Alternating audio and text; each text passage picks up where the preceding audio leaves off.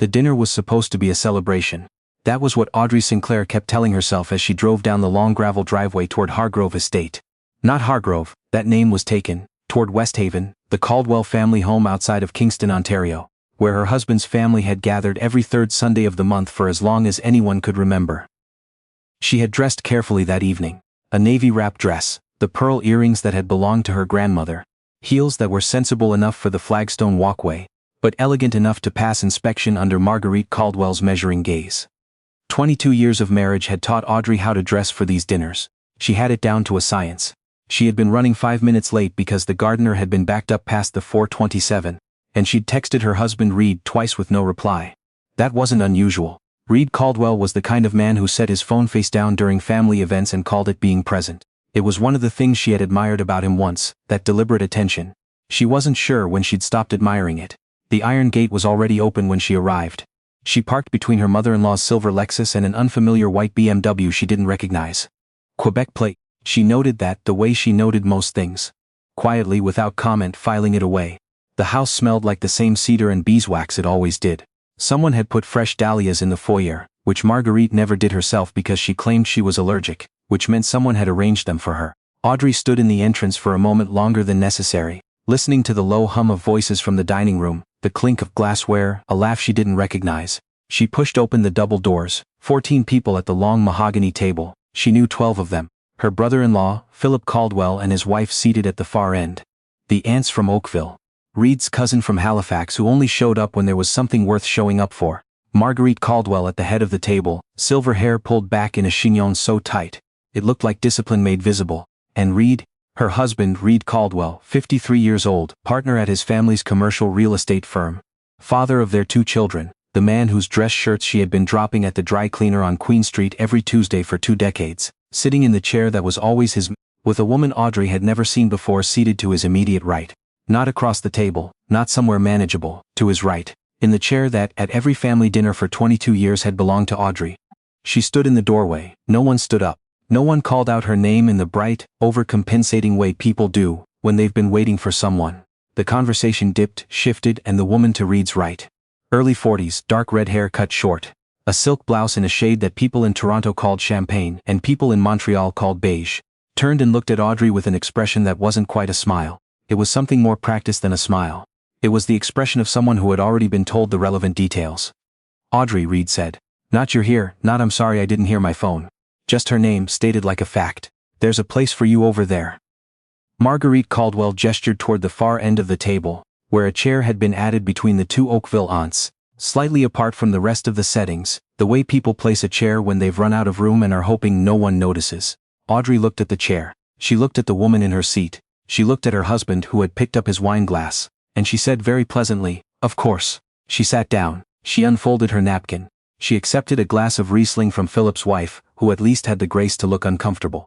Dinner was served. Rack of lamb with rosemary jus, roasted fingerling potatoes, the green bean almondine that the caterers had been making for the Caldwell family since 1987. Audrey ate. She answered questions when she was asked them. She laughed once at something her brother-in-law said, and it was a real laugh which surprised her. The woman in her chair was named Fiona Beaupre. Audrey learned this when Reid introduced her, after the first course and before the second, in the same neutral tone he used on conference calls when he was presenting something he'd already decided. Fiona Beaupre was a consultant. She was based in Montreal but spent considerable time in Toronto. She and Reid had met through the firm.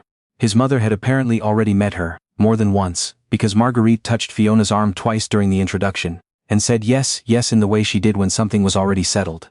"It's nice to meet you," Audrey said. And she meant it. She genuinely, completely meant it. Because in the 11 seconds it took for Reid to make that introduction, the careful phrasing, the practiced casualness, the way Fiona Beaupre had not looked surprised to be introduced to Reid's wife at his family's dinner table, seated in his wife's chair, having clearly already been welcomed by his mother. Audrey Sinclair understood something she had been circling for perhaps 2 years without having the language for it. She understood it completely. The way you understand a mathematical proof when the last line resolves. There was no ambiguity. There was only clarity. She had been replaced before she'd been told. The drive home took 47 minutes. She didn't cry. She drove with both hands on the wheel and the radio off, and she thought, with remarkable steadiness, about her situation. The way a person thinks when they're problem-solving, not feeling. She had always been better at that than people gave her credit for. This was the thing about Audrey Caldwell, née Sinclair, that most people in her husband's circle had spent 22 years misunderstanding. They thought her quietness was passivity. They thought her patience was limitation. Marguerite Caldwell had once described her daughter-in-law to a friend at a fundraiser. Not knowing Audrey was in the next room as pleasant enough but not quite Caldwell material. Reid had laughed when Marguerite said things like that. Not a cruel laugh. Just the laugh of a man who didn't understand what he had married. Audrey had a master's degree in financial law from Dalhousie. She had spent the first 6 years of her marriage working as a senior associate at a downtown firm. Before Reid asked her to step back when their son, Theo, was small and their daughter May was on the way. She had agreed, because she'd loved her family and because the firm was demanding and because she had believed, in the way that people believe things they want to be true, that it was temporary. She had continued in those years at home to consult quietly for 2 former colleagues. She had managed the household finances, all of them, because Reid found administration tedious, with a precision that had over 20 years built a savings position that Reid had never thought to ask about. He signed what she put in front of him. He trusted her with the numbers because he found numbers uninteresting, and he found numbers uninteresting because he had never had to worry about them. She had worried about them for both of them. She had built quietly, incrementally for 2 decades. When she got home she went to her study. She opened her laptop and she emailed Constance Fry, her former colleague who now ran a boutique family law practice in the annex.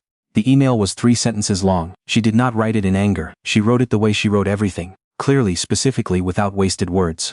Then she went to bed. She slept 7 hours. Reid didn't come home that night. He came home the next morning at 8:30, while Audrey was having coffee and reading the Globe at the kitchen table. He looked, she noticed, like a man who had prepared a speech. "We should talk," he said. "We should," she agreed. He sat down across from her and he told her, with what she could see he believed was compassion, that the marriage had run its course. That he hadn't meant for her to find out the way she had, but perhaps it was better that she knew. That Fiona had been part of his life for 18 months and it had become serious. That he hoped they could handle things with maturity and minimal disruption to the children. Theo was 20 at Queen's. May was 17, already in the middle of her senior year at Branksome Hall. It would be better, he said, if they kept things quiet. Audrey listened to all of this. She did not interrupt. When he finished, she poured him a cup of coffee, which she thought was more than he deserved but which was simply her habit of hospitality, trained into her over too many years to switch off in a morning. "All right," she said. He looked at her, thrown by this. "I've already been in touch with a lawyer," she said. "You'll be hearing from her later this week, Audrey. I'd like you to take what you need for a few days and give me some time in the house. The children can stay here. You can see them whenever you like." She said this without raising her voice. She said it looking at him, not past him, not at the table, at him. Because she wanted him to understand that this was not shock speaking, was not panic, was not a woman who didn't know what was happening. He left 2 hours later with a suitcase and his golf bag. She watched from the upstairs window as his car pulled out of the driveway, and she felt, this was the part she would later find difficult to explain. Not grief exactly. Something more like the settling of a house after a loud noise. A return to a truer state. Constance Fry called that afternoon. They spoke for an hour and 10 minutes. By the end of the call, Audrey had a clear picture of where she stood. And it was a great deal better than where Reid imagined she stood. Here was what Reid had not understood. Across 22 years of trusting his wife with the numbers, the house on Rosedale Valley Road was in Audrey's name. It had been purchased 12 years ago, with funds from a joint investment account that she had managed, and at Reid's suggestion, because he'd been in the middle of a complicated commercial deal and found the paperwork inconvenient. The title had been transferred solely to her. He had signed off on this without reading it closely. She had not hidden it. It was in the files she maintained in the study he rarely entered. There were also 2 registered accounts and a non-registered portfolio that were solely in her name, built over 15 years from her consulting income, careful tax planning, and the kind of long-view thinking that her husband had never applied to anything personal. Reid's income had always gone into the household account, from which she paid everything, but what she earned had slowly, quietly been going somewhere else. Not hidden, not fraudulent, documented, reported, and entirely legal. She had simply been doing what Constance, when told, described as the most elegant financial self-protection I've seen in a matrimonial file in 15 years. Reid's lawyer called Constance on a Thursday. The call did not go the way Reid had expected. Audrey knew this because Constance described the conversation to her in some detail, with the particular dryness of a woman who had seen a great many men discover too late what they'd signed. The Caldwell family, meanwhile, had begun their own campaign. Marguerite called 3 times in the first week. Audrey let the calls go to voicemail. Marguerite's messages were structured as concern. "We must think of the children, we must be reasonable, this is a family matter." But underneath the concern, Audrey recognized something else. Marguerite Caldwell had run the family's social infrastructure for 40 years. She had always known which relationships mattered, which connections to protect, where the money actually lived. And she had calculated all those years ago that Audrey was the pleasant appendage rather than the load-bearing wall. That was the miscalculation, because the Caldwell firm's two largest commercial tenants, a national grocery chain and a logistics company that had been with the firm for 11 years, both had their lease renewal negotiations handled, not by Reid, but by a property management consultant who had become, over a decade, an indispensable intermediary between the firm and those clients. That consultant was a man named George Thibault, who was also the husband of one of Audrey's closest friends from Dalhousie, and who had brought those clients to the Caldwell firm originally because Audrey had asked him to, as a favor, in 2013, when the firm had been struggling after a bad year in the Ottawa commercial market. Audrey had never mentioned this to Reid. There had never been a reason to. She mentioned it to George in early October, over lunch at a restaurant on Harbord Street, the kind of quiet place where the tables were far enough apart for a real conversation. She didn't ask him for anything. She told him what had happened. She told him because he was a friend and because she thought he should know. George Thibault was a mild-mannered man who had been in commercial property for 30 years and had a very long memory. He listened to everything Audrey said. Then he finished his coffee and told her he had been meaning to revisit those lease structures anyway. The Caldwell firm learned in November that both tenants were exploring alternate arrangements. No explanation was given. In commercial real estate, explanations are rarely required. Numbers speak for themselves. Philip, her brother-in-law, called her. He was not confrontational. Philip had never been confrontational. It was the thing she'd always half-liked about him. But his voice had the tightness of a man doing math under stress. Those clients, he said. Do you know something about this? I know a lot of things about a lot of things, Audrey said. I've always been very interested in the firm. He was quiet for a moment. We didn't know. No. She said. You didn't. It wasn't a threat. She genuinely didn't frame it as a threat. She was simply, at last, not pretending to know less than she did. That was all. 22 years of making herself smaller than she was. And she was done with the project of it. The divorce proceedings moved through the fall and into winter. They were not ultimately contentious, which surprised Reid's lawyer and impressed Constance, who said it was the fastest clean resolution she'd seen on a file this complex. Reid received a fair settlement. Audrey received the house, a portion of the joint accounts, and a degree of financial independence that she had been quietly building toward for longer than either of them would have articulated at the time. The children took it differently. Theo was angry at his father in the sweeping, principled way of 20-year-olds, and came home for Thanksgiving, and sat in the kitchen with Audrey for 2 hours, not really talking about anything, which was its own kind of comfort. May was 17 and heartbroken and also furious in layers the way teenage girls feel things. She cried on the phone to her father. She also, 2 weeks later, told her mother, very quietly, that she had known something was wrong for more than a year, and hadn't known what to do with that knowledge. And Audrey had held her daughter for a long time and said it was not May's job to have done anything with it. That it had never been her job. She said this sincerely. She meant it entirely. The only version of this she would not forgive was one where her children became smaller because of it. Fiona Beaupre was not, as far as Audrey could determine, a bad person. She was simply a person who had made a particular set of decisions without full information, which put her in the same category as a great many people Audrey had met. She did not wish Fiona harm.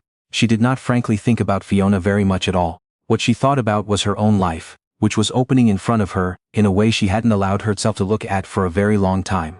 In January she had coffee with a former colleague, who was building a family law consultancy, and needed someone with her particular financial background. She said she'd think about it. She thought about it for 4 days and then said yes. The work was interesting. The hours were her own. She was for the first time in longer than she could easily calculate using all of herself. Marguerite Caldwell did not call again after November. This was not a loss that Audrey spent time mourning. What she found in its absence was a quiet she hadn't known was possible. The specific quiet of a life not organized around someone else's approval. The house on Rosedale Valley Road looked different in winter. The garden was bare, but the structure of it, the bones of it, showed more clearly without the leaves. She'd never noticed before how good the bones were. She started taking her coffee in the garden even in the cold, bundled in the old wool coat she'd had since Halifax, and she found that she liked being outside in the gray light better than she'd ever liked the performance of warmth indoors. She had been quietly, precisely for 22 years, building a life she was now free to live. It occurred to her one morning in February, standing in her garden with her coffee going cold, that Reid had done her an extraordinary favor. Not intentionally, not generously, but the result was the same. She had needed something to end in order to understand what she actually wanted to begin. She went inside. She made fresh coffee. She sat at her desk in the study that had been hers since the day they'd moved in, because Reid had preferred the living room and the television. And she opened her laptop and she looked at the work that was waiting for her, and she felt unmistakably, and without performance, completely like herself. That was the part no one ever saw afterward. The part that didn't fit neatly into the story that the Caldwell family told each other about what had happened. The story where Audrey had been difficult, where she'd been colder than expected, where she hadn't behaved the way a woman in her position was supposed to behave. They didn't see the February morning or the cold coffee or the bare garden.